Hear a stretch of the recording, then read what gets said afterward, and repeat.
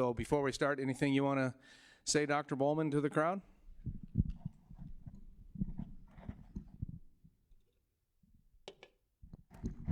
In your walking boot. Don't hurry. Don't want to break it again.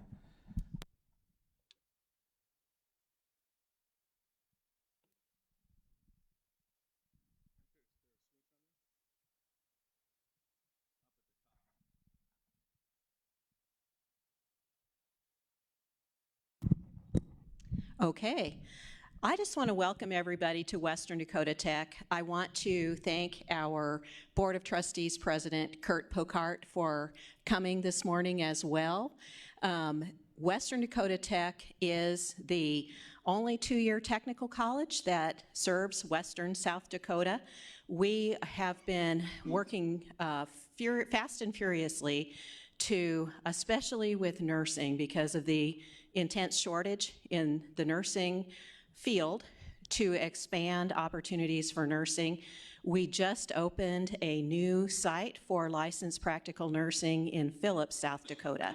So that gives us opportunities for people that can't move to Rapid City to come to school, to be able to get their LPN instruction in their hometown community or close to it.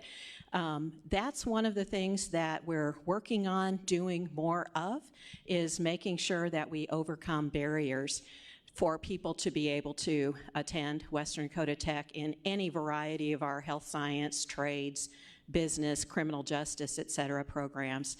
So I just wanted to put that on your radar in case, depending on the community that you're in, you start seeing some things happening. That's one of our big pushes right now.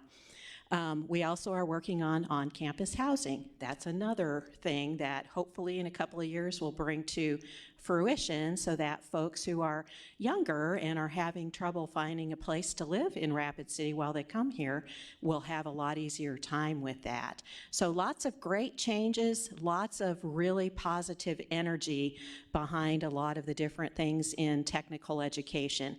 We have incredible state support for technical education in South Dakota, and I just want to thank our legislators for all of the hard work that they do, because I go to Pierre once in a while during the legislative session, and everybody is moving fast, very busy, very focused, and there's a lot of hard work that goes in behind that, and I just really want them to know how much I appreciate it and how much I think it's a smart move for you all to be able to come to the Crackerbarrels and participate, as Garth was saying, in the democratic process. Critically important to good governance. So thank you for coming. Thank you all very much, legislators, for coming out today. And with that, I will turn it back over to Chris. Thank you. Thank you, Dr. Bowman. One more item, just real quick. We have some county commissioners here as well, and some city council members. If you'd like to stand and be recognized, and we appreciate your service as well. So thank you.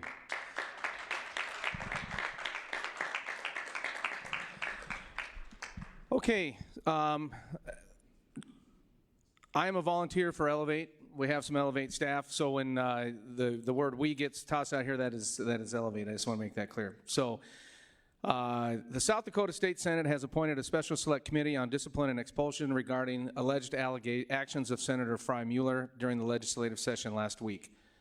The select committee will begin their public hearings this coming Tuesday and will issue a full public report by Friday, February 3rd. It is imperative that we as an organization and as a community respect the impartial process of a select disciplinary committee and not interfere with nor jeopardize the neutral aspect of the proceedings. For these reasons, this Cracker Barrel will not entertain any questions or comments from the audience on this matter, nor any statements from legislators on this matter until after the disciplinary proceedings of the Select Committee are complete. Thank you for your understanding and compliance. Okay, with that said, we'll move right into, I do want to introduce Laura Jones with Elevate. You met Garth and the team back here running the show. I can't see, all I see is eyeballs. It's like Kilroy over there. Anybody young enough here that doesn't know Kilroy, they may not. Do you want to run through the I know one of them back there. I can't tell the others. Who all's back there so we can give credit? Liz, Charlemagne, There they are. All right.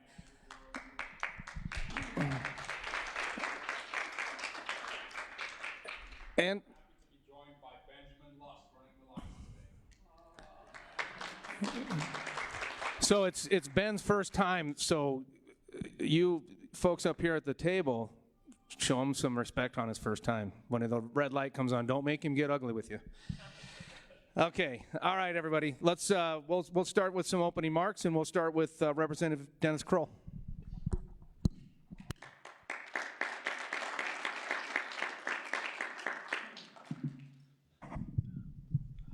Well, good morning, everybody. Can you hear me? Okay, good, thank you. First of all, I'd like to thank Elevate for hosting this, and then all of you for coming out. As you know, I am Dennis Kroll, representative from District 30. This is my first term, and I am learning a lot. We are actually in our third week, and a lot has been going on in that time. Right now, we have approximately 300 bills that have been introduced so far that we will be dealing with in the upcoming weeks. And the one that I want to mention a little bit is we've cut $18 million in tax on employees in this first session so far. And what that did is House Bill 1011 lowered the tax rates on employers to the Reemployment Trust Fund. We've also addressed, are going to be addressing our workforce issues. Everybody that we talked to so far says one of the main things that they want to do is actually, it's a second thing, because the first thing they want to do is cut taxes. And then the second thing they want to do is to have a more robust workforce. So that we are going to be dealing with that. And we also passed House Bill 41, which deals with the infrastructure, which was in my opinion, a good bill to get going forward so that we can get this bill going and the money in the next upcoming construction season. And some of the current tax cut proposals that we have coming up are, in the House this year, I think we're really serious about cutting taxes. As you can see, we have got a grocery cut tax, which is House Bill 1075, and if it goes through, that's going to cut $100 to $110 million in our taxes. And then we got a property tax for homeowners, which is House Bill 1043, which would cut approximately $75 million in our taxes. And then we have to take the half cents off the general sales tax cut, which would cut another $170 million off. And as we all know, one of the things about South Dakota that I'm really proud of is year after year, through the whole nation, we are always in the bottom, 1 through 10 in the lowest tax rate in the nation. And here we are looking to cut more taxes. And the thing about that is we have to be careful when we start talking about cutting taxes, because what I have been doing is when people talk to me about, I am for this this tax reduction, or I am for that one, I always ask them, okay, so if we cut the food tax sales tax, would you rather have that one or would you rather have property tax? And then, so these are the conversation that we are going to be going through in the upcoming session. And the thing about it is, we are going to be discussing this and taking input from you folks who elected us to go to peer to work for you. We're going to be taking input all the way through the session. This isn't something that we are going to get done within the next week or so. This conversation is going to go all the way into March, because there are serious consequences. When you cut taxes, you also have to say, what's going to happen in the future? So we don't want to cut taxes now and then have to say, well, it didn't work, we're going to have to add this one. So what we want to be is real responsible for how we cut the taxes. And we are really being conscientious about how this affects the future going forward. I'm on appropriations. And one thing about appropriations you have to realize is it's the cause and effect. If you cut a tax, What's the effect on everything else? So right now in appropriations, we're working on the 22-23 budget, which doesn't end till the end of June. And then we're also going to be working on the 23-24 budget, which starts on July 1st and then goes to June of 24. So as we're dealing with all of these things, we've got to take the revenue expectations and everything else that is coming on. And I see my yellow lights on, so I have to hurry now. But one of the things that we are doing is we are looking forward to not just this year, but things to come. And we have got work groups that have been formed that are looking at what we need to do. I'm sorry, I won't be able to tell you what that is, but thank you.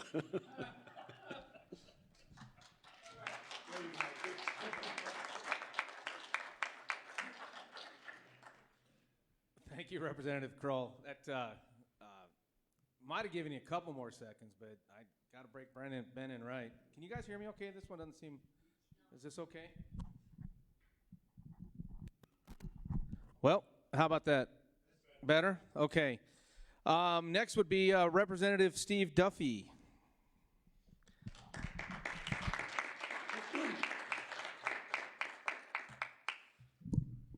Good morning, everybody. Volume okay? Look, first of all, I do want to thank Elevate as well. I'm Steve Duffy. I'm from District 32, Central Rapid City. And the other person I really want to thank, I ran on the issue of job growth and trying to keep some of our kids here. If you want an on-ramp to a great middle income life or upper middle income life, the trades are a fantastic deal, and these guys do it as good as anybody. So I'm a huge proponent of the trades and supporting the VOTEC schools. Anyway, Steve Duffy, I'm new. I'm in 32. A little bit about me. A number of the things that Dennis just said. We talk quite a bit, Dennis and I, over there, and so I'm gonna not talk about that stuff. Kurt Massey was going to be here, but he couldn't make it today, so I stepped in for this. Him and I will trade spots. But a little about me. I've been District 32. I've lived there most of 41 years since I got out of college.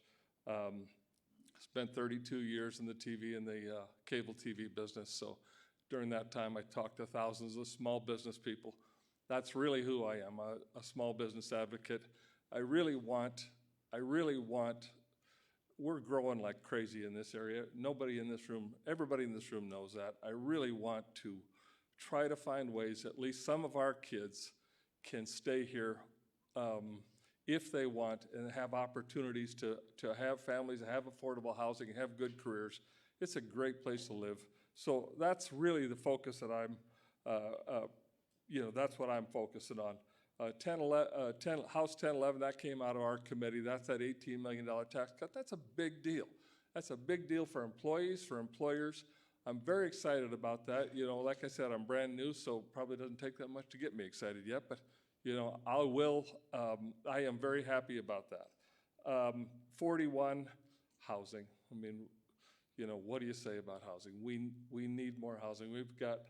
We've got thousands of young men and women coming to fly a $600 million airplane, and it's not like it would be nice if they had a place to stay. They have to have a place to live, and we have to figure that out. And this $200 million does help. It's curb down infrastructure so people can build it. I know some people say, well, it's a giveaway.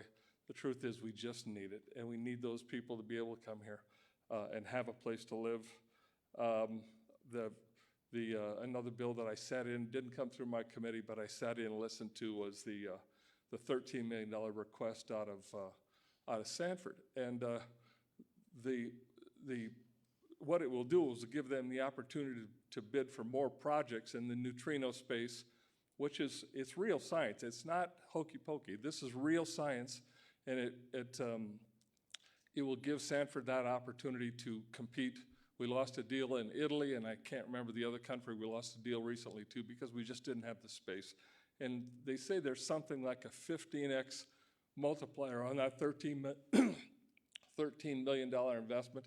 going to be close to $1 billion by the time the private people and the feds and everybody get involved. So we are a benefit of that. That's basically a little bit about me, what I'm going to work on, what I am working on. I'm on transportation and commerce. Commerce is really where I'm going to try to learn as much as I can and be as helpful to this area and this state as possible. So thank you for your time.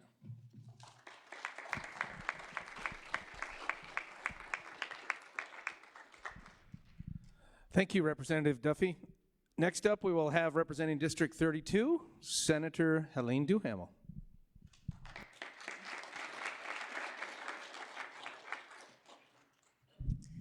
Thank you. Thank you, everyone, for coming in the bad weather. Glad to see so many of you here. It remains my great honor to serve. It's been a wonderful experience. I'm starting my 4th year and busier than ever. I chair Senate Judiciary, and when I was asked if I would consider chairing, I said, no, I'm not an attorney. I don't think that's appropriate. And they said, if you don't do it, we'll have another non-lawyer chair. So here I am chairing this committee, much busier than I have been in past years, trying to just handle where the bills all fall. But as such, my real job is in public safety. I work at the Pennington County Sheriff's Office, so it's a natural place for me to be. And I have my fingertips on all the law enforcement and public safety bills that are coming through the legislature and working hard on that front. I am also a county employee, and I see Team Pennington here. I must say that our folks are the top-notch county officials in the state. They're there for us all the time, and we're pushing a lot of important legislation, from roads under county highways to poll watching bills to other election integrity bills. The big issues are what I focus on. I've heard this before, but I'm not your cultural warrior. I am working on the meat and potato issues that are important to people's lives. And again, I think quality of life, and that includes everything, including great schools. I think housing, affordable housing, childcare, affordability and availability. Elevate, working on good jobs that our kids want to stay here and do, make a good living. And the thing that I have been the big warrior on, and maybe the big pain in the neck for our executive branch, is water. I think every issue pales in comparison when we talk about our need for water, in particular with the growth in western South Dakota. So School of Mines did a study, and basically we have one regional resource for water. It's the Madison Aquifer. And as we grow, it can't recharge fast enough. This will impact our quality of life in as soon as 20 years. So the time to get working is right now. And there is unspent ARPA dollars to the tune of $104 million that need to be spent by December of 26 for South Dakota. So I have made a really aggressive move with my fellow legislators from western South Dakota to see if we can't get a hold of that money and move with lightning speed to kickstart this project. We are right now in the feasibility stage. We need another $4 million to finish that, but at the same time, we think we could move into easement, storage, and potentially really working on both sides of the state at the Missouri River and in Rapid City area, Black Hills, and start building both sides to come into the middle. So this is something you're going to hear about, very aggressive move. When Lewis and Clark was built to bring Missouri River water to Sioux Falls, actually the idea was to go west, but the population was all east. And it's downhill, and it's through farm ground, and it's easier, and it's a bigger population base. But it's our turn. We have to rise up. We have to talk about issues that matter, and this is one of them. This is engineering going to be hard, uphill and through rock. But we have to do it. We have to move now with lightning speed. And within the next week to 2 or 3 weeks, we're going to lay out a plan on how we think we could spend that much money and really kickstart this project. And then we have Representative Dusty Johnson in the back. And Dusty, we're going to lean on you on the federal side, because the way Lewis and Clark, 80% was federal, 10% state, and 10% local. We don't know if it'll be the same way this time, but we have this once-in-a-lifetime opportunity right now, and we think we can spend that money and really jumpstart this project because we need this water in 20 years. But these are some of the big things I'm working on. I thank you all for being here, and thank you for your support.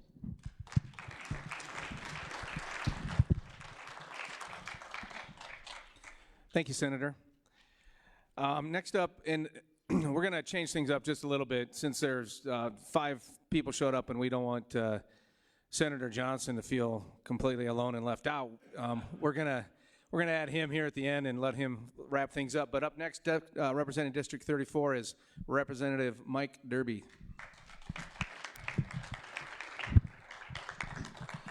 Thank you, Chris, and thank you, Elevate. I'm Mike Derby, District 34 State Representative. That covers West Rapid City on the west side of Skyline Drive and a little bit into the county. And this will be my 5th term, and I served 3 terms under Governor Bill Janklow on appropriations back in the day. And it's my honor to be chair of House Appropriations this go-around. And actually, I served with Chairman Mitch Richter back in the, former legislator, former chair of appropriations, Mitch Richter's back in the corner there. And he'll appreciate the fact that it's a lot easier to be an appropriator when there's no money. You know, we've got a lot of money. Because back in the day, it was like, well, no, no, no, hell no. It was just a lot easier. So we've got a heavy lift this session in appropriations. I'm proud that we have 3 appropriators up here, Representative Kroll, Senator Johnson.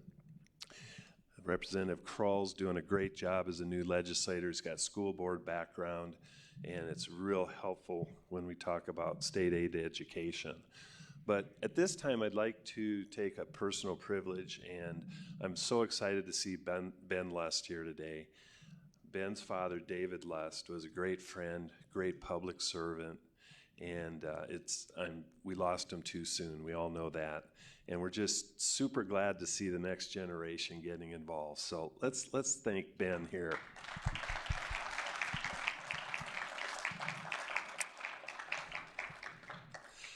I'm going to talk, as far as appropriations, I'm going to talk a little about the process. Representative Kroll talked about some of the big issues, but in appropriations, we've listened to 19 budgets already, department budgets. We've been there 3 weeks. We've listened to 19 budgets. We actually had President Bowman out for technical education budget, and 2 budgets, Department of Social Services and Department of Human Services, represent 1/3 of the general fund budget. So we've heard some big budgets. We got quite a few to do still, and we're going through the process. The bills that Representative Kroll talked about, the 3 big ones, they're going to go through tax, and then they're going to be forwarded to appropriations, and we're just going to stack them up and sit on them for a while, because towards the end of session, we have to get revenue projections and do revenue setting. And that's quite a process. The Bureau of Finance and Management comes in with their number. Legislative Research Council comes in with their number. I'll coordinate a revenue setting team. We'll decide what the future revenues are going to be. And then we can start to slice and dice how things are put together. So we're still in that process. And one of the things that I wanted to do this year, we have 40% new legislators in the House. That's a lot. And as I was handing out bill briefings every day of the budgets, you know, there's a lot of data on it, and it's not easy to decipher. And finally, one of the legislators came up to me and said, you know, maybe there's a better way of providing this information. And so I took a little information from my past experience in business and created what we call a data fusion sheet. Data fusion is where you take multiple pieces of information from different areas and you combine them. And put them into one easy-to-read document. And I've used it, and we spent a week putting it together and handed it out Friday for the Crackerbarrels.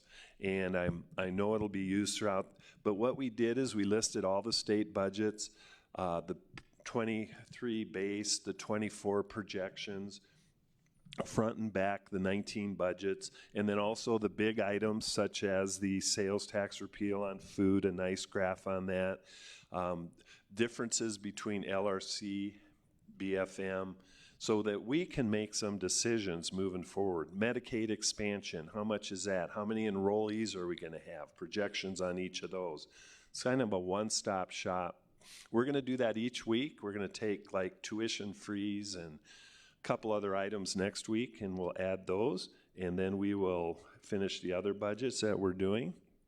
And hopefully that'll be a better help for everybody. Thank you very much.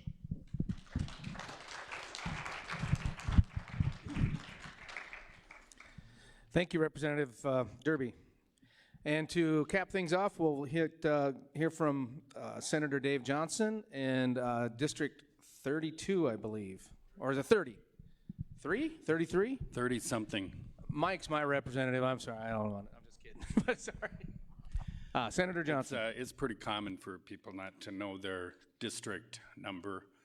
That doesn't surprise any of us up here. Now, it really isn't fair. I need about 15 minutes because I didn't have a chance to prepare, so I've got all of my notes right here. I'll see if I can ramble for a while. But as we were sitting here, I noticed that our Major General Jeff Marlette walked in. Major General Marlette is the Adjutant General of all of the Department of the Military for the state of South Dakota, the National Guard. So.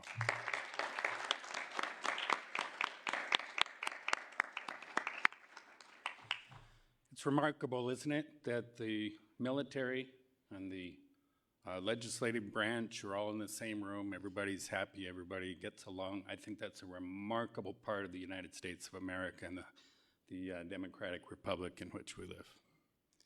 Also, former Senator Alan Solano is here. He just handed me another bill this morning that he's interested in bringing forth. So I sit on the Appropriations Committee. I'm in District 33, Senate. I've been there for 2 years. This is the beginning of my 3rd year. I also chair the Senate Military and Veterans Affairs Committee. Last year, that committee had 3 bills all season. This year, there are 11 so far in the Military Affairs Division, and those have all been in the House, and so they will be coming to the Senate shortly. I've been involved with the appropriations, which requires seriously about 12 to 14 hours a day of my time while I'm out there. And I've also been involved in writing up and drafting 4 or 5 or 6 different bills here, and I'm going to run through them very, very quickly before I make a comment about our Congressman Johnson that is also in the room. You don't need to do that. Congressman D. Johnson. I've got a pile of mail here for you, by the way. So Senate Bill 121, Fire Service Training Facility, the City of Rapid City and the volunteer fire departments across the western side of the state are involved in building a facility to train our volunteer fire departments. I am the president of the Johnson Siding Volunteer Fire District. We need training facilities. They're very expensive, but our volunteers are out there daily for $25 per call to go out and support our ambulance services, emergency medical services, fire services. Senate Bill 148, $15 million for the Rapid City Regional Airport Terminal and runway reconstruction. If we do not have the money in our coffers as the city of Rapid City, then the FAA literally will fly over the state of South Dakota and the city of Rapid City, because they offer $9 for every $1 that we put into our airport. If we don't have that money set aside, so when they come up and they say, we've got $150 million for you, you just have to come up with $15 million of that. If we don't have it, they'll give it to Iowa, North Dakota, Minnesota, et cetera. We've got election facility upgrades through the Secretary of State. Secretary of State Monet Johnson contacted me. She's asking me to assist in Senate Bill 161, which is election facility upgrade. I've been working very, very closely with our Pennington County Commissioners on a 30-day registration period in order for residency to be established in the state of South Dakota. If you want to vote, you can't go to America's Way mailbox, camp overnight, and then vote in our elections. If this bill passes, thank you.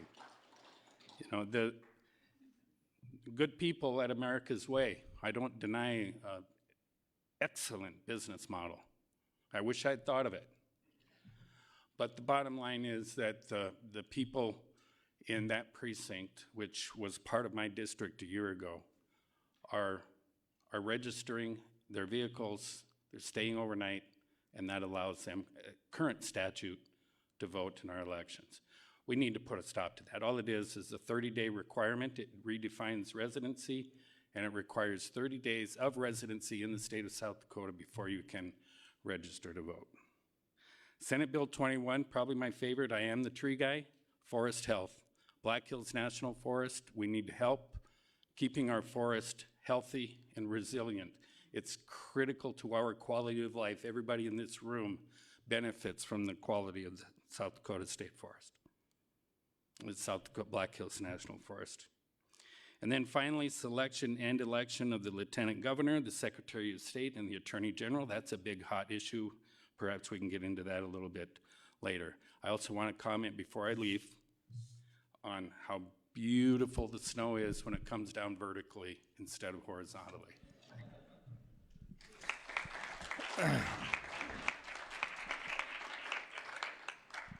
Thank you, Senator Johnson from District 33. I'm sorry I got that wrong. Okay, we're going to move into the question period, and just want to kind of go over the rules of the Cracker Barrel. This is a reminder, this is not a debate. We cannot guarantee everyone an opportunity to respond. This applies to panelists and audience members. If audience members have a follow-up question, you please submit another submittal form. And then in order to keep the conversation moving, we ask legislators to limit to 3 minutes versus the 5 in the opening statement. And then again, the same light sequence will be in effect. And as of right now, we only have 3 questions. And I don't like being redundant, but if any of you were here last year when we got, there was the last Cracker Barrel and things are winding down, I threatened everybody that Mike Derby always brings home pictures, and we will have a slideshow of his latest vacation if we don't get some more questions up here. So please, it's a great show, but I've seen it before. But anyway, so we're going to start off. Our first question is from Lisa Westlake. Lisa, you want to stand and be recognized? Thank you. Lisa is a caregiver utilizing adult day center services, excuse me. The question is, and it's not directed at any single legislator, so feel free to respond. Will you support the development of new adult daycare services as stated in HB 1078? Liz, I'm not sure if I should have warned you on that one, 1078, if you can pull that up. Do you know anyone who has utilized these services?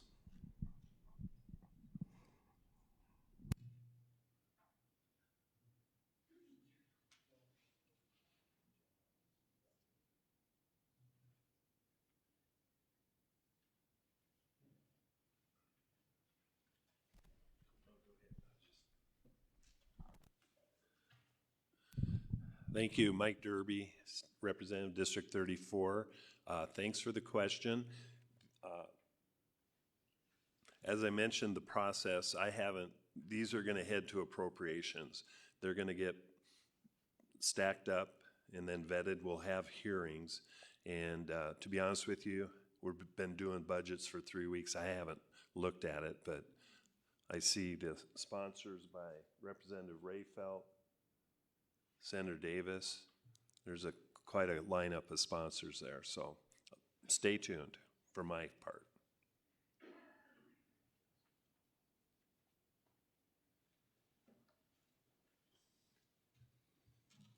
So again, you'll notice that I did co-sponsor this bill. I think I've learned a few things. The color purple is the color of your organization. Is that correct? It's quite attractive, actually, when you see a lobbyist. You do have a lobbyist, a very young man who's out running around looking for assistance and support for these adult daycare services.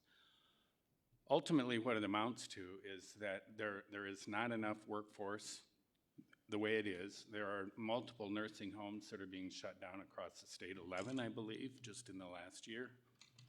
And so we have to do something as a community to support the geriatric society, for lack of a better word. I'm not a direct care provider. I'm not a community service provider, but we do need facilities, from what I understand, we need less enforcement of or less control and regulation of the current daycare systems. If I need more information, I'm sure you'd talk to me afterwards, but I do support this because we are in a serious crunch for workforce, and this is a way to work around that workforce to reduce some of the regulations. That's how I understand it.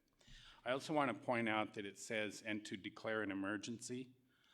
Now, that sounds so formidable, but to declare an emergency simply means throughout these bills, you'll see it all the time. It just means that the legislation takes effect the second that the governor signs the bill, as opposed to waiting until the July 1st, which is when appropriations acts occur unless the emergency is declared.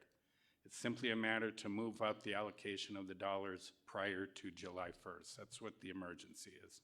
That's all that is. I would like to, I saw some funny looks on your face, so I want to make sure I had this right, but that's how I understood it in the Capitol. Thank you. Anybody else want to respond? We have time for one more? No? Okay. Thank you, Lisa. There was a follow-up. Do you support HB 1078? Senator Johnson does say he's in support of it, and as you heard Representative Derby, he's still learning, so we'll move on to the next. This came up, Senator Duhamel, in your opening remarks in regards to Senate Bill 156 as far as the status of the West River project. Don't know if you want to go deeper into that again or give you the opportunity to speak about it.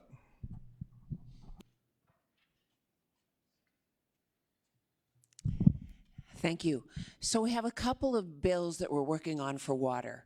Just so you know, right now, roughly we get $12 million a year for all the state water projects.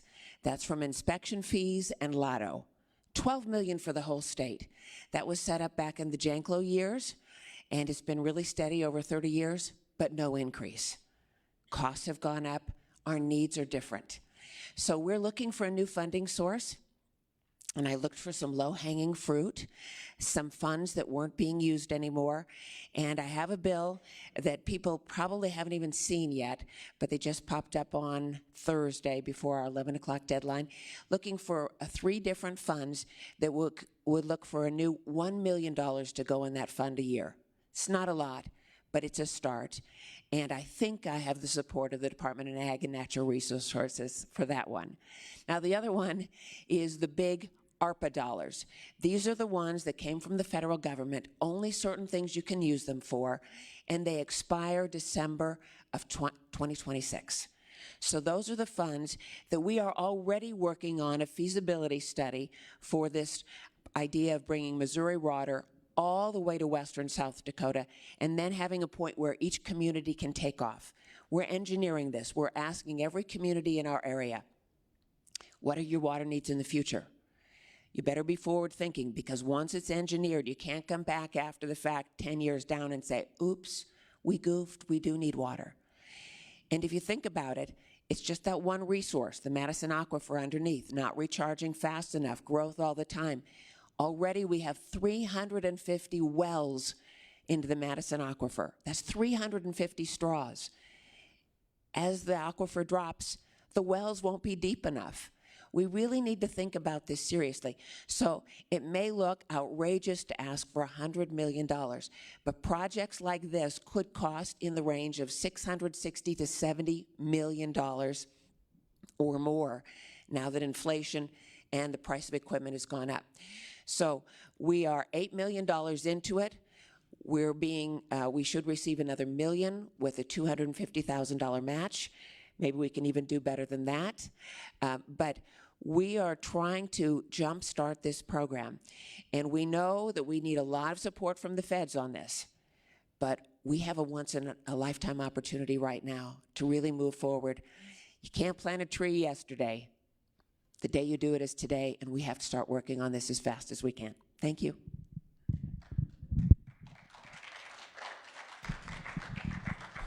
Thank you, Senator. Any other comments? Okay. And I apologize. I don't think there was a name on that one. So I just wanted to give notice to anybody. So this one does not have a question or a source of the question, so I'll just ask it. And this is in regards to community service providers. The Department of Social Services is proposing 90% Medicaid funding to community service providers to the disabled.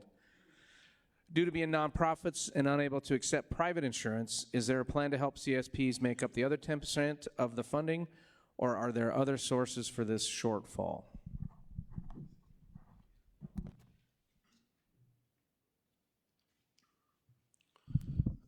Thank you for the question. Mike Derby, State Representative, District 34. This is a big topic for appropriations, and we have created a work group.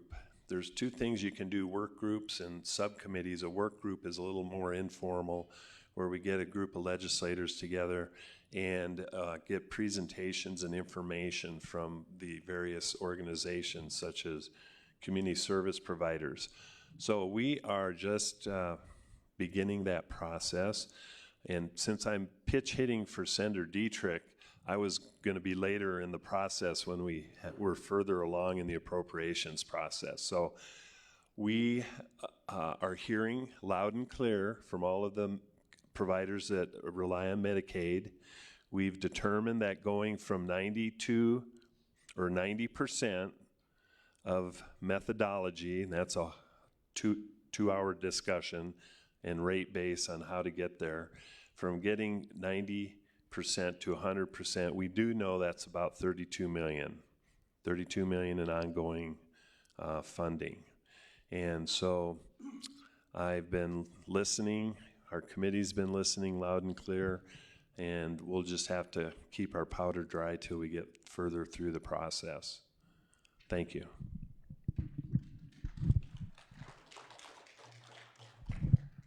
And I know,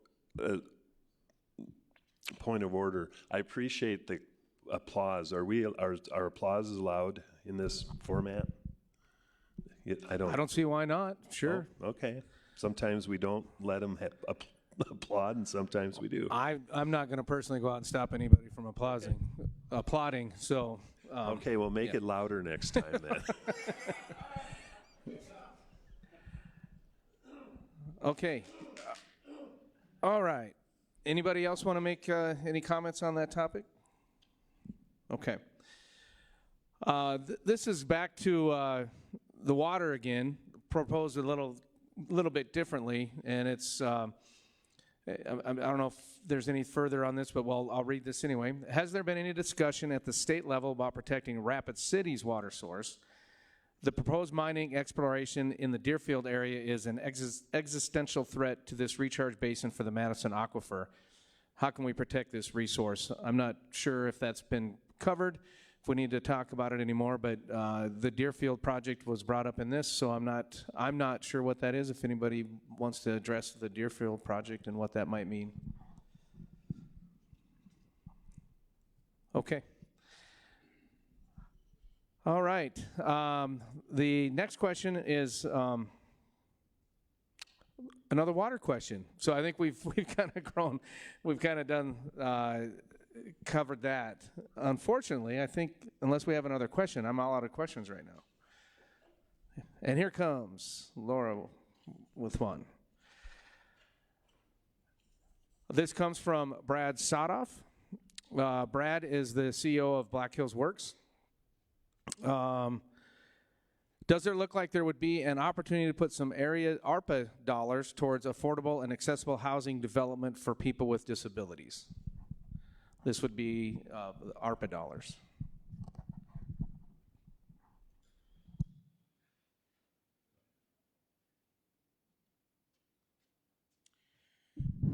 That's the same pot I'm after, just so you know. But the point is, that has to be spent by December of '26.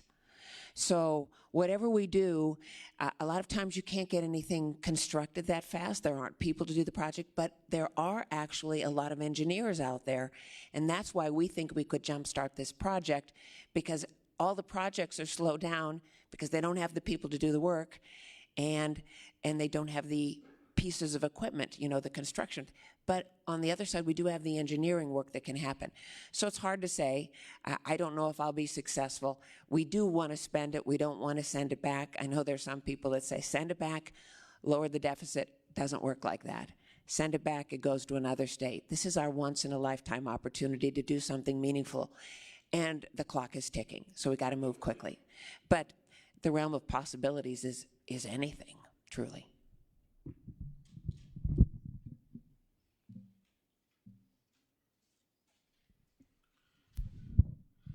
Mike Derby, State Representative, District 34. I'm in constant contact with Mr. Sadoff from Black Hills Works, and we're looking at all options for the question for housing and programs. And I'm going to ask a question. Senate Bill 41, the 50 million, were those ARPA dollars? That 50 million out of the 200? Yes. So Senate Bill 51 is the bill we just passed. 50 million of it was ARPA dollars, 150 million was general funds. And so that's to provide a workforce infrastructure. So there is an application process through the South Dakota Housing and Development Authority, and that's in place. And I know it was supposed to be in place a year ago, so applications have been made. I'll have to talk to Mr. Sadoff in regards to if those fit the bill and if he's made applications, but we're looking hard. Thank you.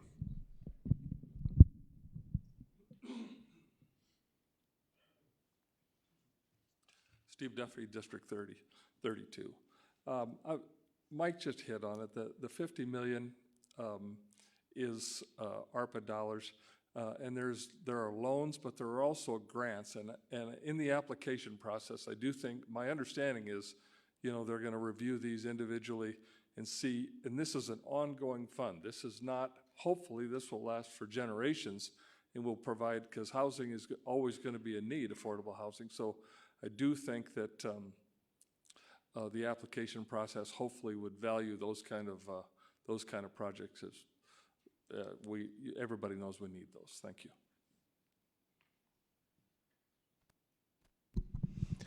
Okay, thank you very much. The next question is from Councilman Richie Nordstrom, and it is for you, Senator Johnson.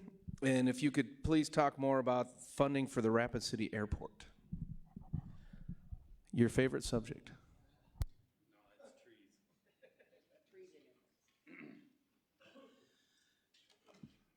Thank you. I plan to talk a little bit about the water deal. Senator Duhamel and I have friendly debate and discussion because when she says things like all other issues pale when it comes to the situation on our water, that's where we will have a friendly debate, because I believe there are other issues as critical as our water supply. I mean, I believe that water exists for one reason, that is to make coffee. And other than that, I'm not real sure what it's there for. So, the Black Hills National Forest, on the mining question, the Black Hills National Forest is a multiple use forest. I'll get to the other issue here in a minute. I do not believe that our water is threatened. I realize that There are going to be people who don't agree with me on that, but I'm a School of Mines graduate. The science of mining and the chemistry of mining has changed. The days of the open pit mine are long gone. The Black Hills National Forest is a multiple use forest.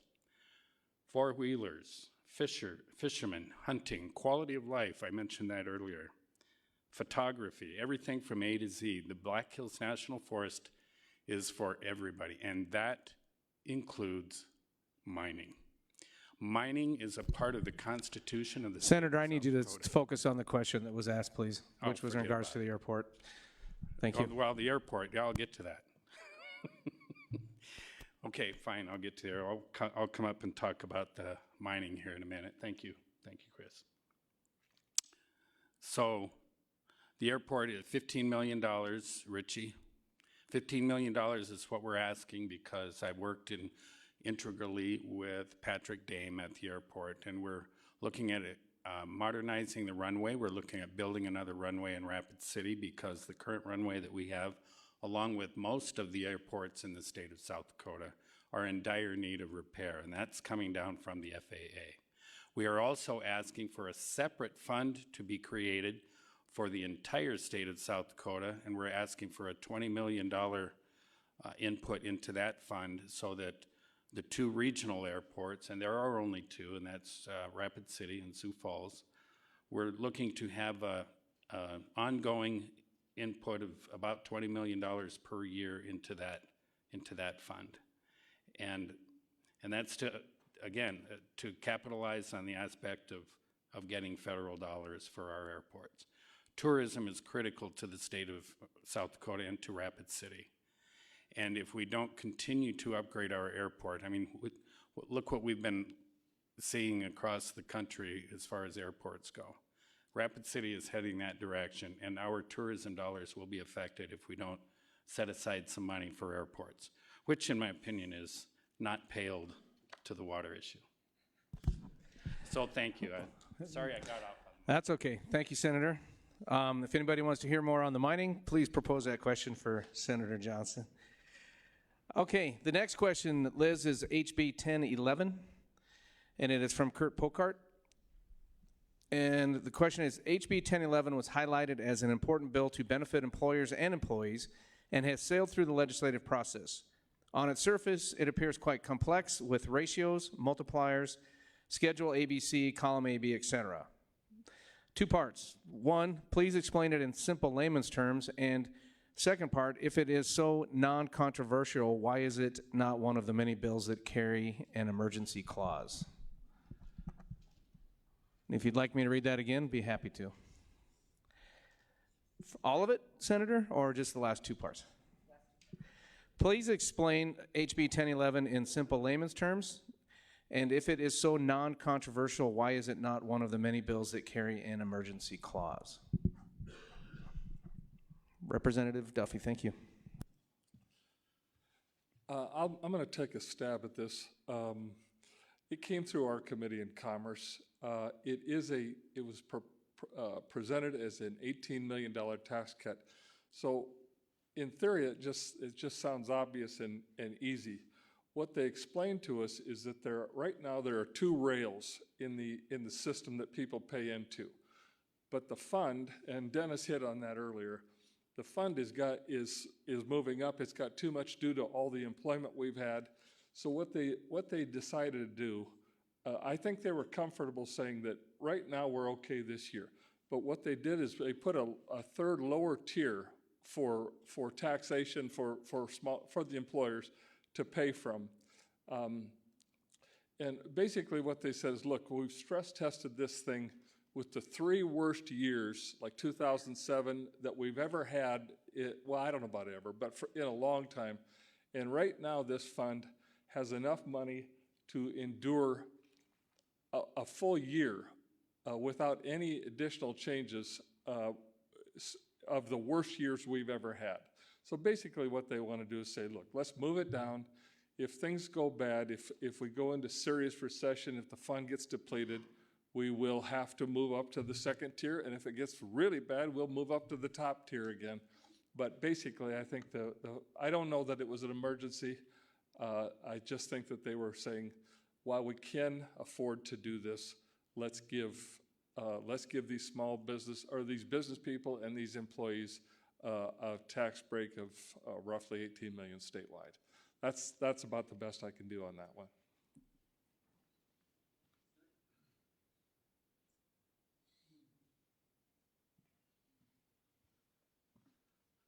Dennis Kroll, District 30. I just wanted to comment on that just a little bit. This fund, first let me back up just a little bit. We have 3 sources of revenue in the state of South Dakota, okay? And one is the general revenue, which is sales tax. And then there's federal, and then there's a third that's called other. And what the other fund is, and if you want to simplify it, is an other fund is a fund like this one here, where the employers pay in the money, the fees, to go into this fund, and it sit there. And that's all it does. It doesn't go in the general fund. It doesn't go into any other fund. It goes into that fund. And when that fund gets to the point where, and I'm not exactly sure, at one time I knew how much was in there, but let's say this fund has $11 million in it. And the payout for the last 5 years has only been, and I'm just using this as an example, either 1 or 2 million. So we got 3 times as much money as we need in that fund. So it just makes sense that we need to cut the contributions to that fund, which is considered an other fund, down to give the businesses a break. Thank you.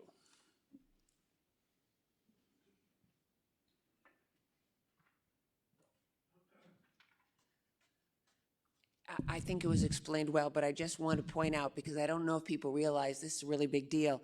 This is one of the biggest tax cuts on business in our state history. And this will be helpful to business owners and employees whose percentage goes less in each paycheck. So this is a big deal, a big win for all of us. Thank you. Okay. Liz, House Bill 1075 and regarding, and also Senate Bill 24. A number of bills propose different forms of tax relief. HB 1075 provides tax relief for all South Dakotans by repealing state sales tax on food. Senate Bill 24 substitutes property taxes with general funds to school districts to provide relief to homeowners. How do we decide where tax relief is applied?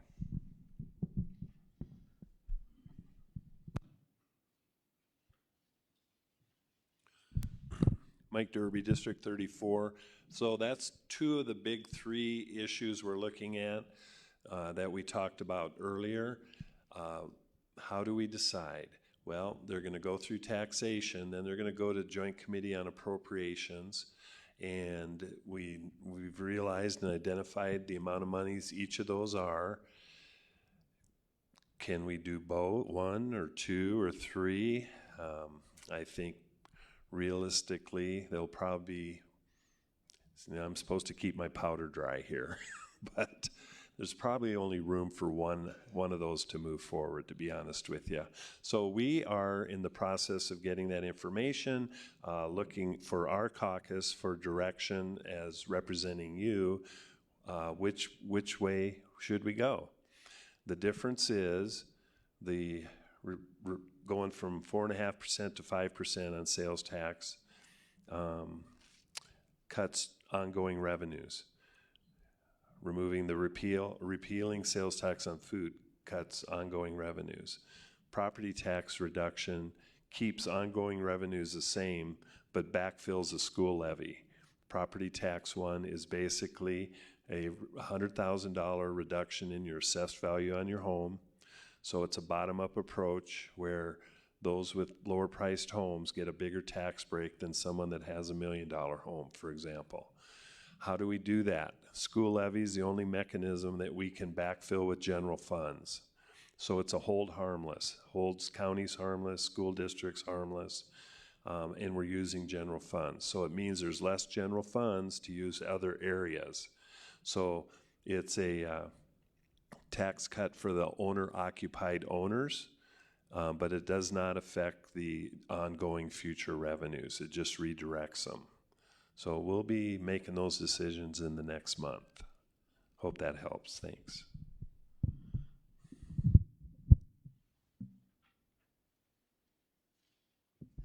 So we've kind of heard there's three options out there, right? We've heard there's the elimination of the grocery tax. We've heard that there's some property tax relief for owner-occupied. We've heard some people talk about removing that half-cent sales tax on everything. Can I suggest there is one more option? And that's not to have a tax break. And the reason why I say that is our Legislative Research Council has looked out and projected. They say if you back out inflation and you back out all those federal dollars that are just gravy because they're not ongoing, our sales tax has actually decreased. We can't say in 3-5 years that we can support what we're trying to do right now. I think about it, if you had to put on a roof of your house, would you go take a vacation now, or would you put on your roof? We have huge needs right now. I was just adding up just the things that we heard just this morning, and it's more than $100 million in requests. These aren't even the start of things that are people coming to us asking for money for really important projects.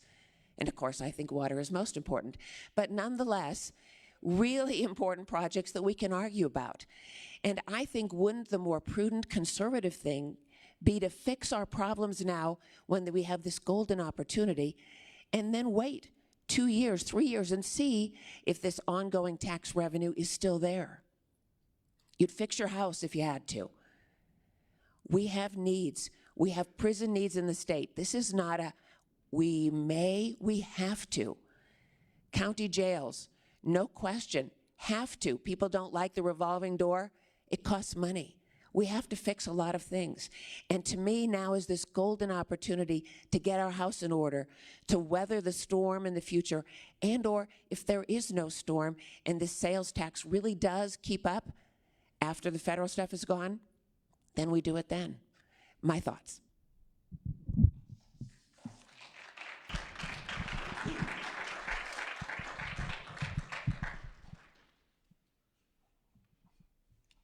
One thing about that, Steve Duffy, District 32, that I mean, basically that's a philosophical agreement there. Do you grow or do you repair the things that you need to do? I mean, that's the obvious thing to do. However, there's some people who think that the more we tax, the more we grow, the more we have the crime, the roads, all the problems. They don't want to grow, or they want to grow very minimally. So that's a philosophical deal. But one thing that I have heard, like Helena said, there are just a ton of things. I came in thinking we have to give some relief. Well, even 3 weeks in, I've learned that we're maybe the second lowest per capita tax state. So it's not like nobody wants to pay taxes. I sure don't. I don't know anybody that does. But we do got to be realistic that we're probably not hit as hard as some places. That's why a lot of people are moving here. But one thing I really don't have a handle on, and I just hear it in the hallways, and a lot of smart people are talking about, is what is going to be the hit in Medicaid. Not in 2 years, because I think that's the first 2-3 years. I think it's really going to be beneficial. But in 5 years, the feds will be out, or mostly out.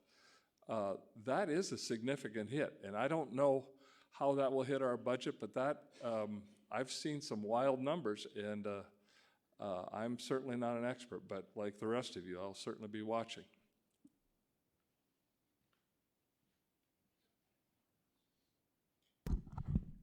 Okay, thank you. The next is regarding teacher pay. I was just on my phone looking to back up this statement. South Dakota's back to last in teacher salaries, but it looks like Mississippi's still there as last. Not that that's a proud moment, but how can funding be modified or increased to keep our educators, paraprofessionals, and schools robust?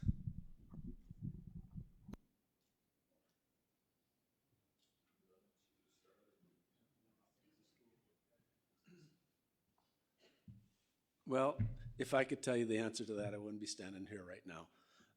because that's a very good question. When you take a look at the funding of the school districts, most people have a pretty good idea where it comes from, but it basically, the funding comes from two sources. One is your property taxes, and the other is from the general fund of the state. And the state pretty much pays a state aid to each district. And then if your district has to also pay in property taxes for that. And so that's the fundamental question is, why are we losing in the pay rate of the school districts for the teachers? Part of the question is that, like inflation, what was it, 7, 8, 9 last year? Well, what does that hit? That hits all the expenses of the school district. So every time they get some funding, basically it's running an operation just like a business. You have to take care of those fixed costs. And your fixed costs are there, and there's nothing you can do about it. So you have to take care of that. And believe me, coming from a school district, I was on the Hill City School District for 8 years. It's a really tough question. And the thing about it is, when you come to say we need more money for schools, for the teachers, we also need more money for the school district itself. We need to take a look at the funding and to see if it's actually addressing what it needs to be addressed. But it's one of those questions is, when you get the money from the state, where do you put it? First of all, you have to put it to the fixed expenses, and then you put it to everything else after that. All right, so it's one of those questions that I don't know if it can be answered here within, the short amount of time that we have, but it needs to be addressed. And the thing about it with teachers, the teachers are, the lifeblood of our future. We need them. We need to keep them. We need to keep them in the system, and we need to keep supporting them. So what do? Do you fix the brick and mortar, or do you give the teachers more money? And most of the time with a school district, 80% of your salaries go to and it's not just teachers, all the employees of the district. So when you start talking about giving raises and stuff like that, if you give a 6% raise to your teachers, do you give that to every teacher, or do you give them a set amount? Because if you have one teacher that's making $50,000 and another teacher that's making $75,000, is it equivalent to give them each a 6% raise? Or do you give each teacher a certain amount? So there's a lot of debate, and there's a lot of things that needs to be looked at and discussed about. But thank you. Real quick, Representative Derby, there's a kind of a follow-up question that'll help you with this one. I missed it, and I apologize. I should have put both these together. And it's regards to House Bill 1043, Liz, which is how will that impact school funding, and will the formula funding change for state aid? So I thought I'd just kind of lump these all in to the teachers' pay, and I apologize if that throws anybody off, but I wanted to get that question out. And that was from Eric Lind with the Hill City School Board.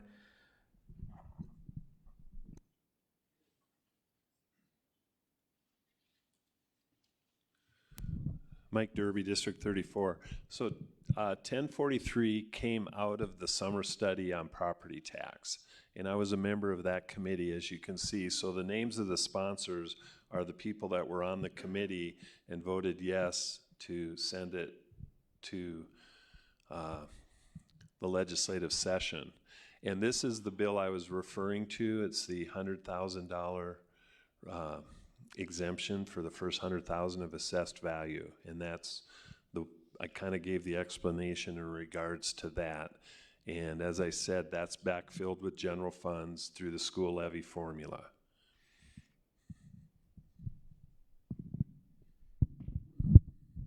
And while I have the microphone, can I start my 3 minutes over on this question? Another question? Outside of this question, or is it a different? Previous question before you pivoted. Since I pivoted, yes. Okay. All right, Mr. Lusk, can you start over? Thank you. So this last week, we did have the Department of Education come speak, and I should have Mr. Pokart come up and talk about this because he's more versed than I am. But they did hand out, if you want to take a picture of this, come up and you can do that. But it's a kind of an explanation of funding K-12 education in South Dakota. Let me just go through it real quick and give you an idea what goes into it. On the last Friday of September, you count the number of K-12 students enrolled in your district. This is your state aid fall enrollment. Then you calculate your target number of teachers, basically, and that's defined by a ratio to students. You take your state aid fall enrollment, divide that by your target teacher ratio. You calculate your target teacher compensation. Then you take target teacher salary times target teacher's FTE times target teacher benefit rate.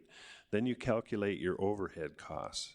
Then you take target teacher compensation times overhead costs, calculate your total need. Take your target teacher compensation plus overhead costs, calculate your local property tax effort. Then you take school district valuation times applicable maximum levies, calculate your local other revenue effort, calculate your total local effort, local property tax effort plus local other revenue effort, calculate your state aid. Take total need minus total local effort, and you're there. If you this is a really great handout. It really simplifies everything. If you want to take a picture of it, please do. Thank you. There'll be a quiz after this is over on that. You know, Kurt, your comment earlier about say it in layman's terms, I don't know if that one will come out in layman's terms on that one. Seems quite complex, and it is. So, Senator Johnson, you have a friend in the audience, Gary Drews. Tell us your thoughts about mining in the Black Hills.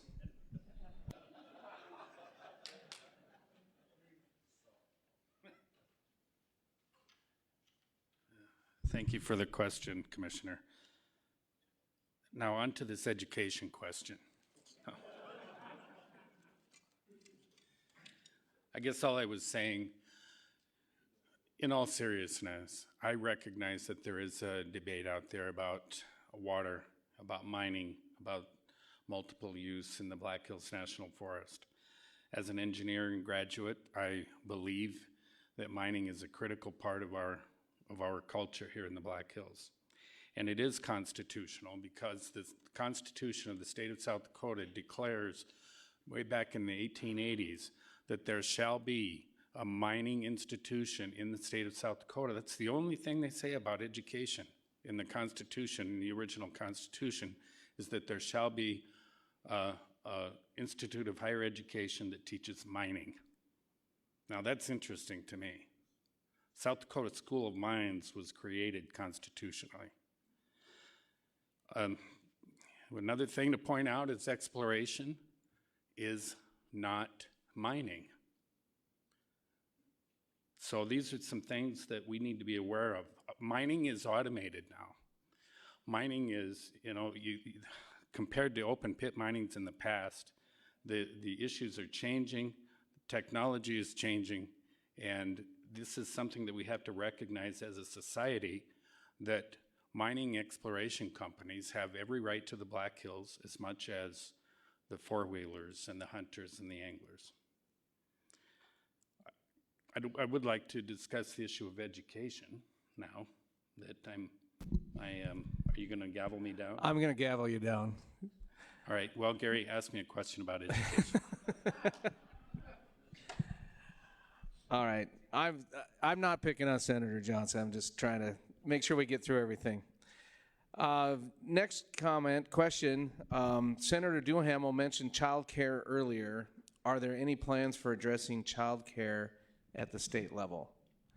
Not necessarily just for you, Senator Duhamel, but your name was on here. I will say that we did get a handout. I don't know if I have it with me, but there was $38 million ARPA dollars extra, and I think the governor and the administration have laid out how they want to spend that. But I do think we're all becoming more aware of this is a critical workforce need. We have to really think about the affordability and availability because we so desperately need people to work.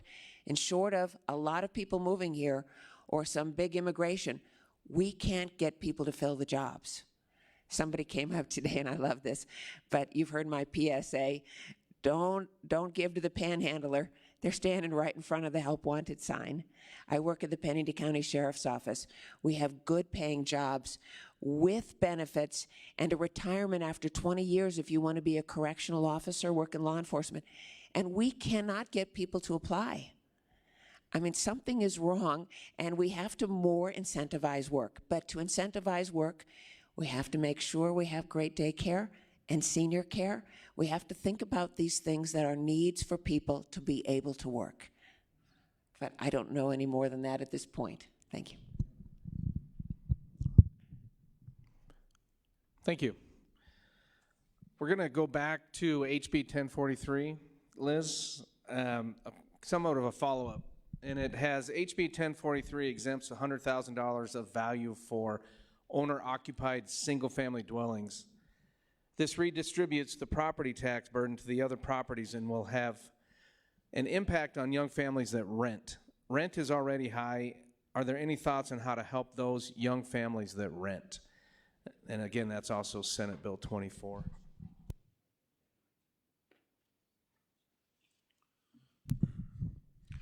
Mike Derby, District 34. Just to clarify, yes, this is just for owner-occupied properties. That's correct. It's not for apartments and multifamily, and I do understand that. And I wish we, at this time, could take a look at that also, but this was the start of what came out of the summer study. And just to reiterate, this holds all the other classifications of property taxes harmless, because it's backfilled with general funds. So I think I've got county commissioners here. Other is commercial. Is commercial fall in that other category? I believe it does. And then you have agriculture. This does not affect any of those other categories. This does not, literally, it's just on the school levy, and the school levy is backfilled. The schools are not affected. The counties are not affected. So I hope that answers the question. Thanks.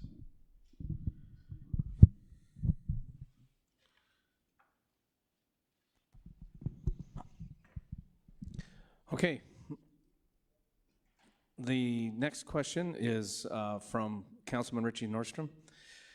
Would you describe the impacts of SB 146, sometimes referred to as truth in sentencing?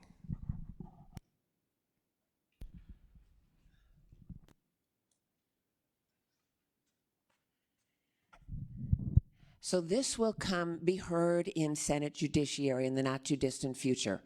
And it is controversial. And on the surface, everybody likes the idea. A judge sentences you to 80 years. They want you to spend 80 years behind bars, right? Makes sense. But there's no room at the end. There has to be a release valve. And so twice in Pennington County's history, we've asked for money to build a jail. And twice, people said no. They didn't want to see an increase in their property taxes. Well, the jails were still built because we have to figure out a way. Constitutionally, we have to provide for that. People don't want to see their property taxes increase for incarceration needs, but they don't want to see the revolving door and there's no room at the end, either at the county level or the state level. So if this goes through, judges will start changing how they sentence, and they won't be able to give somebody an 80-year sentence because they can't predict that they'll have room to hold that person for 80 years. And the other thing is, you just need to think about it. When you sentence someone to a long prison sentence, do you want them to have an incentive that someday they're getting out? So you incentivize good behavior. Maybe you incentivize that they get a trade or that they study and they get their GED. But if they think they're never getting out in their lifetime, they can create chaos and make it terrible for people who work there. And we have a terrible time getting people wanting to be correctional officers. Nobody grows up wanting to do that. You can hardly pay people enough, unfortunately. So there's a lot to consider when it comes to truth in sentencing, and judges will have to change. And there's still going to have to be a release valve, even if we want to build our penitentiary and our prison system, and we do, and we need to. We're a lawsuit waiting to happen. That's a huge bill. Now, the women's prison minimum security work release probably will be funded this session, and that'll be out in Rapid City. The reason why that makes sense, the women's prison in Pierre is 120% of capacity. Terrible situation. Again, a lawsuit waiting to happen. The facility in Rapid City will be minimum security work release. 33% of the female inmates are from Pennington and Meade counties. So we keep them closer to home, closer to their support system. They get these jobs while they're working, and they keep these jobs. We think it's a win all the way around. But that same facility out there, Pennington County is trying to buy property right next to it to build a new jail for Pennington County. Please keep in mind, this all costs money. And Pennington County property taxes and/or a tool we're talking about, spread those taxes around. We need your support on these things. Thank you. Out of time.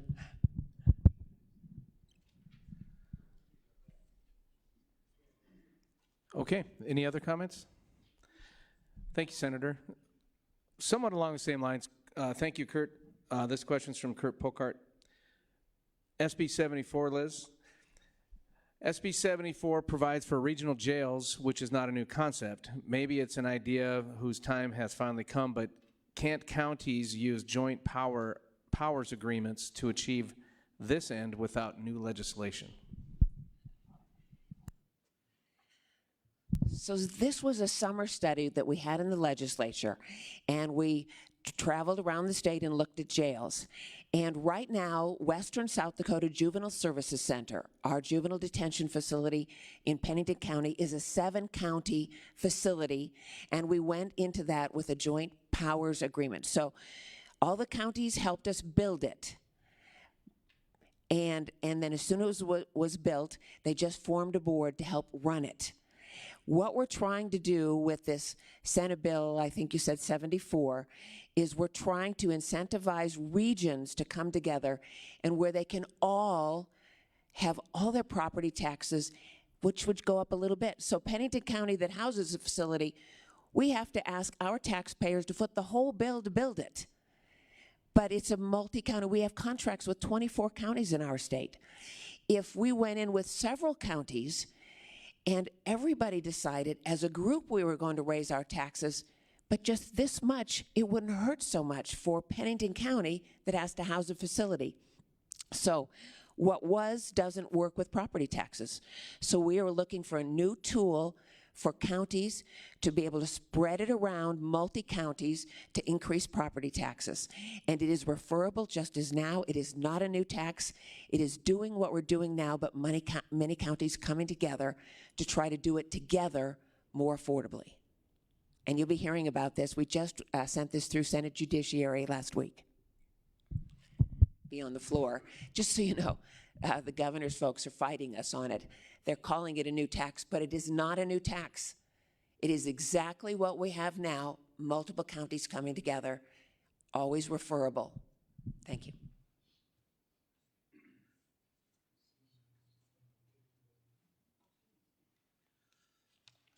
Chris, is the question about prisons or education or water or what?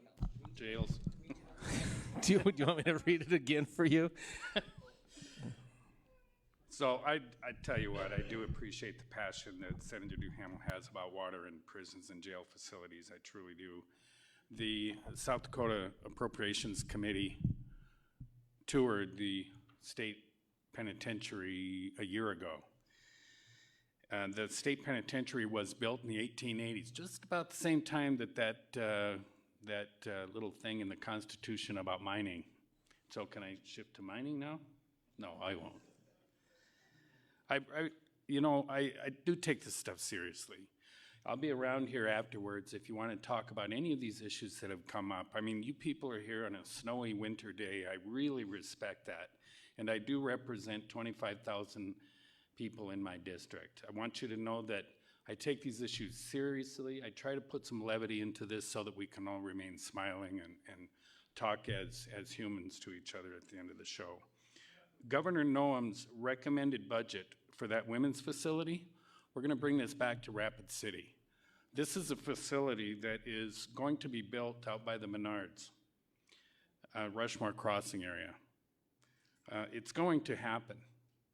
These, when we toured the federal prison, or the state prison in Sioux Falls, that building was constructed as when we were a territory in the 1880s. We toured the oldest section of that. There are 6 people in a small room. You're asking for problems. That something will change, whether we are ahead of it or behind it. Something is going to change. We have a situation here that is in dire need of attention. And I wanted you to know that this 308-bed facility is coming to Rapid City, and it's a good thing. We also toured the women's prison in Pierre. It's hard to imagine and explain, but they have open dorms there where the women that are in the system barely have time or room to walk. They have moved beds and cots into the gymnasium to handle the overcrowding in the women's prison in Pierre. And finally, this is really coming home because there is some attention out there. There are some headlines. I've received 3 letters from inmates in the last 2 weeks. Now, I don't know if other legislators.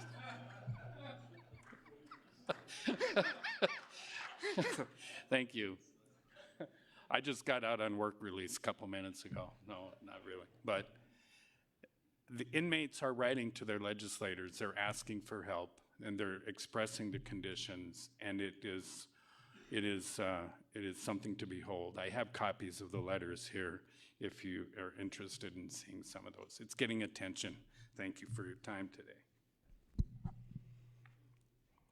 Thank you, Senator. I did notice that Representative Derby got quite red-faced in the inmate comment. Something you want to share? Okay, last year, 2022, there was discussion, I'm sorry, I'm having trouble reading. Discussion of clarity, SDCL 1-25-1 to allow public comment at official meetings of all political subdivisions. Is there any new legislation to revisit this issue?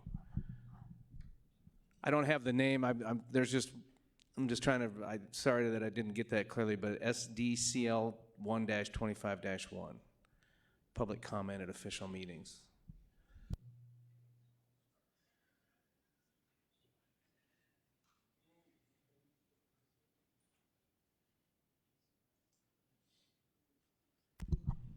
Okay. Whoever submitted this question, maybe afterwards, if you want to talk to one of the legislators to clarify a little bit more that's on here. There's not a name, so I won't go further into that. I apologize. HB 1044, Liz, this question is from Alan Solano.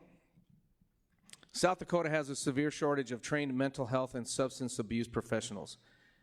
HB 1044 would create a scholarship program for students entering these fields.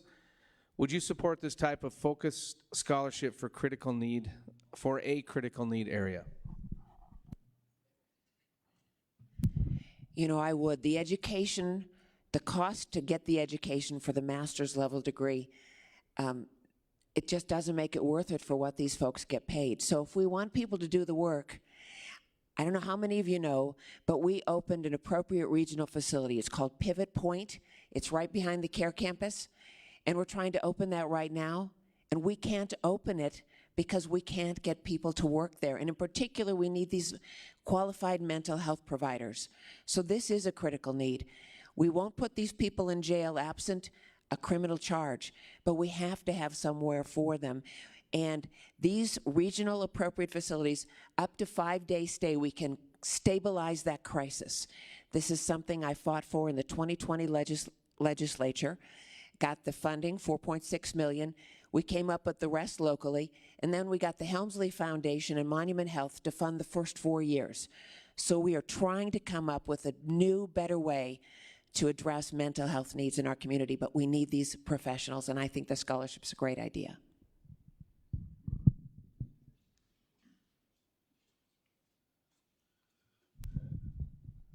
Mike Derby, District 34. This will be in appropriations, so as it'll be winding through the process, we'll hear it. So I'm not prepared to say anything on it at this point, but I do want to say that prior to session, former Senator Solano organized a group of behavioral health experts, and we met and for a couple hours of information and updates on the whole issue. And so I want to thank them for putting that group together, and I'm much better informed on the issue, and stay tuned. Thank you.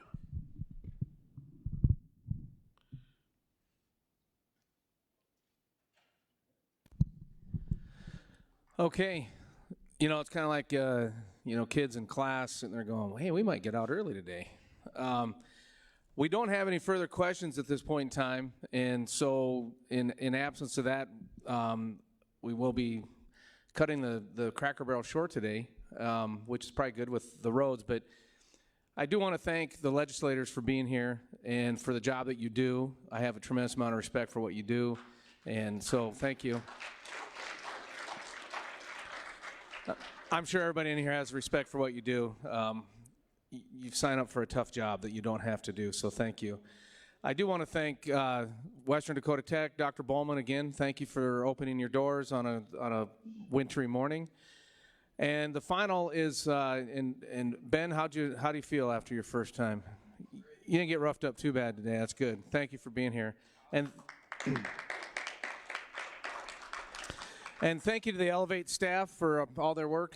And the next Cracker Barrel is February 11th, and it was supposed to be at the Dolphin Arts Center. So if you see that, it will be here again, so it will not be there. So a couple weeks, be back. Thank you, everybody, for coming out, and enjoy the day, and hope you get out to the stock show. It's a lot of fun.